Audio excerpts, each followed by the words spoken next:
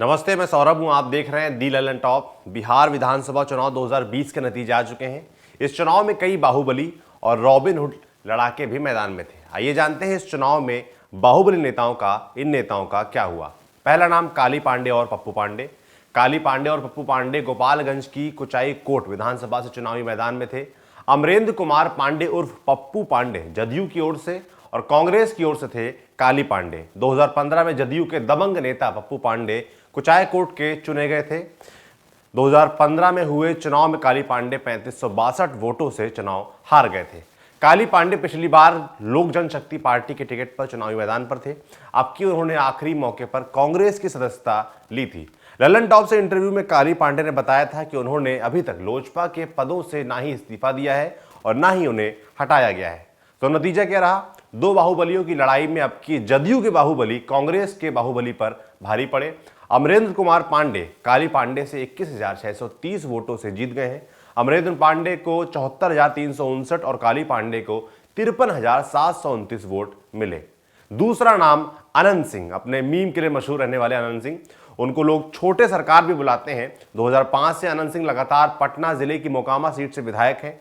वो जदयू और निर्दलीय विधायक रह चुके हैं, लेकिन अब की बार राजद के टिकट पर चुनावी मैदान में थे।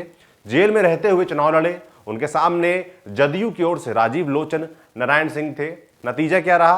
राजद के बाहुबली नेता अनंत सिंह जदयू के राजीव लोचन सिंह पर भारी पड़े। अनंत सिंह 35,757 वोटों से जीते हैं। अनंत सिंह को 78,721 वोट मिले और राजीव लोचन सिंह को 42,964 वोट। तीसरा नाम है बोगो सिंह का। नरेंद्र सिंह उर्फ बोगो सिंह बेगूसराय की मटिहानी सीट से चुनावी मैदान में थे।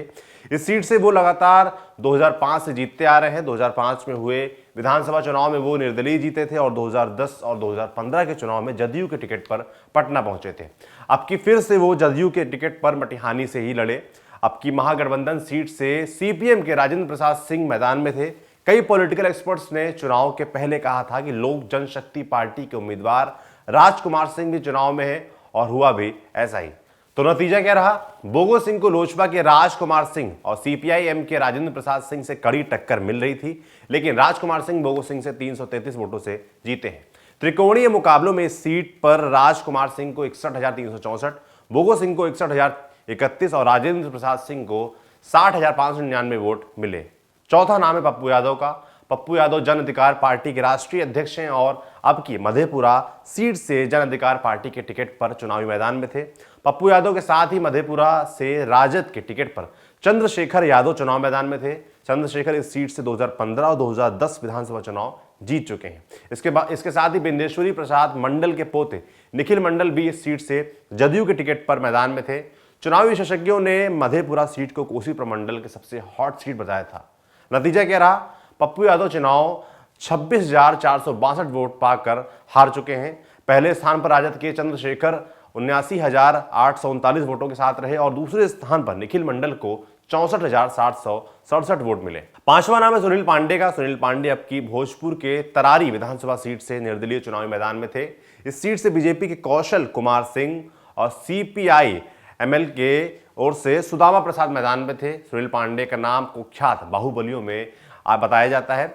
इनका नाम कभी ब्रह्मेश्वर मुखिया की हत्या में आता था तो कभी वो एक अपराधी को जेल से भगाने के मामले में गिरफ्तार होते हैं। 2015 से पहले सुनील जदयू के टिकट पर जीतते रहे। 2015 में उन्हें टिकट नहीं मिला तो पत्नी गीता देवी लोजपा के टिकट पर चुनावी मैदान में उतरी। वो विधानसभा चुनाव आरजेडी और जदयू ने कांग्रेस के साथ महागठबंधन बनाकर लड़ा था। नतीजा हुआ कि गीता हार गई और जीत मिली माले के सुदामा प्रसाद को। 272 वोटों से ही हारी थी गीता देवी। आपके सुनील पांडे मैदान में निर्दलीय आए। नतीजा क्या रहा?